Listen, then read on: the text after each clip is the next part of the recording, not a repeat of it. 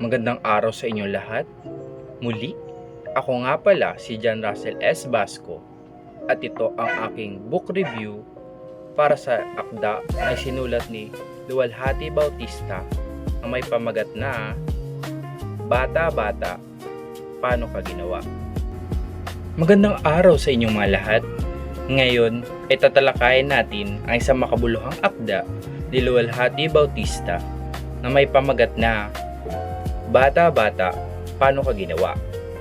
Isang nobelang sumasalamin sa realidad ng pagiging ina, babae at miyembro ng isang pamilyang hindi pasok sa tradisyonal na pamantayan ng lipunan. Ang kwento ay umiikot sa buhay ni Lea Bustamante, isang working single mother na may 2 anak mula sa magkaibang ama. Siya ay nagsisilbing pangunahing tagapagtaguyod ng kanyang pamilya. Nagtatrabaho sa araw, nag-aalaga ng mga anak sa gabi, at humaharap sa iba't ibang responsibilidad na kadalasang ginagampanan ng 2 magulang. Mula pa lamang sa simula, malinaw na hindi tipikal ang kanyang sitwasyon, kaya madalas siyang mapansin at mapag-usapan ng mga tao sa kanyang paligid.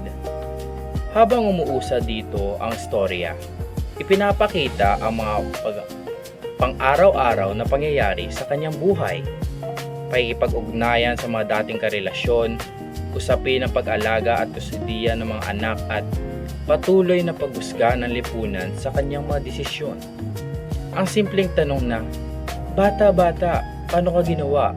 ay nagiging simbolo ng pahihimasok ng mga ibang tao sa personal na buhay at pagpili ng isang babae. Hindi nakatuon ang nobela sa matinding aksyon at dramatikong eksena. Sa halip, binibigyan din ito ang pag-uusap at sitwasyong karaniwang nangyayari sa loob ng tahanan at sa trabaho. Sa ganitong paraan, naipapakita ang makatotohanang larawan ng pagiging magulang, ang pagod, sakripisyo at patuloy na pagtayo para sa pamilya. Lumilitaw din ang karakter ni Lea bilang isang independent at matatag na babae na may sariling paninindigan.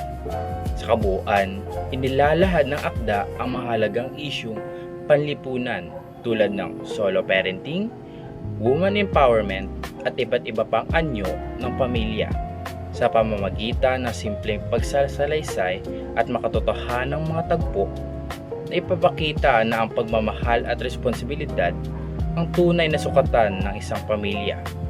Hindi lamang tradisyonal na istruktura nito.